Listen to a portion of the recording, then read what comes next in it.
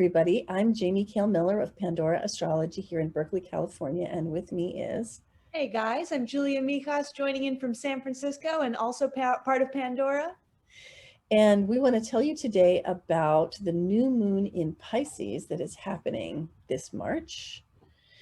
And we're calling this moon Dreams of Partnership because of the really strong Neptune themes, but also the involvement of Juno and even Pluto. So this is a moon that happens at 23 degrees of Pisces. Here you see the sun and the moon are together.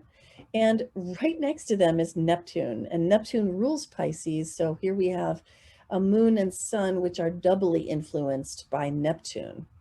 And then Venus is not far off either. So that's going to bring a relationship theme. And what's really lovely about this moon is that Venus is exalted in Pisces. It loves to be there. It's like taking human love and elevating that to the level of universal compassion. And then we have the square to Juno, which is going to bring in more committed relationship themes, long-term partnership themes. And then Pluto will bring in some themes about intimacy as well. This moon happens on March 13th, and you're going to feel its effects for the day of, the day before, and the day after. Julia, what are your thoughts about this moon? Well, new moons are great times to begin new things as part of the lunation cycle. And we've got a lot of Pisces stuff going on here, including Neptune, also very strong in Pisces too. This new moon makes me think that new starts might be a little bit, a lot of new projects might be a little bit confusing, might be a little bit, and I'm looking at Neptune while I'm speaking here, might be a little bit like, maybe a little bit misdirected as well. However, because it's Pisces, I think that this new moon would really favor creative new projects, altruistic new projects, anything where you're helping somebody else, and also spiritual ones too. So I think that would be the best way to work with this new moon. Yeah, anything involving imagination or Yes. sort of awakening your compassion would Yeah, I be wouldn't really start, good. doing your bookkeeping, I think, under this new moon. Yeah, especially because Neptune's sitting there in the second house. Yeah. Venus and Pisces, might have some dreams about where could I donate all this money that I'm, putting into my ledger. But Neptune would be like, oh no, I'm just gonna like gaze at my navel for a while. So Juno is there in Sagittarius, forming a pretty tight square to the moon and sun. And squares, signify stress. And Juno is about committed relationship. So this Juno does square Venus as well. And that really kind of brings up some of the important differences between Venus and Juno. Venus is about love and romance and erotic attraction and magnetism. And then Juno is more about the committed nature of the relationship. Is it a true partnership? Does it feel like a partnership of equals? Is there a vow, a word, a bond, a contract involved in this relationship? And Juno relationships can be marital and personal, or they can be business relationships too.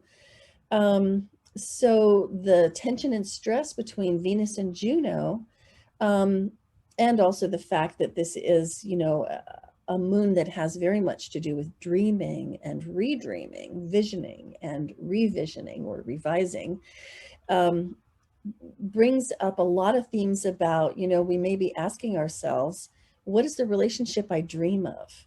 What is, what was that movie about Beethoven, Immortal Beloved? Who is my immortal beloved? Huh. Who is my archetypal love? And how does that differ from the sort of person that I could settle down with, that I could,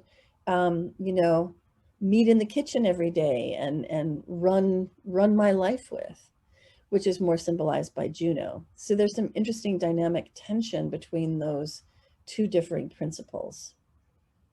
And we also have Pluto here. Pluto brings in themes of intimacy and sharing. Definitely it's about bonding and connecting. It also can be about power and control, but this is a harmonious connection to Pluto from this moon. So I would think that this involves more of the, what we might think of as the positive traits of Pluto, such as trust and depth and experiencing real intimacy. Julia, what do you think about the Juno part of all of this? I think since you touched on how Juno can be about partnership, whether it's romantic partners or any partners in your life, with that square in there, it might show that there might be tension with any new projects that you have amongst the partners of your life, whether that's a business partner, whether that's a romantic partner. It might be a little bit easier to go on your own than to have to negotiate. Yeah, I mean, another thought is that Venus and Pluto, Venus being in water and Pluto being a watery planet, might be all about the merging, Mm. without really thinking of the practical implications of what you're doing.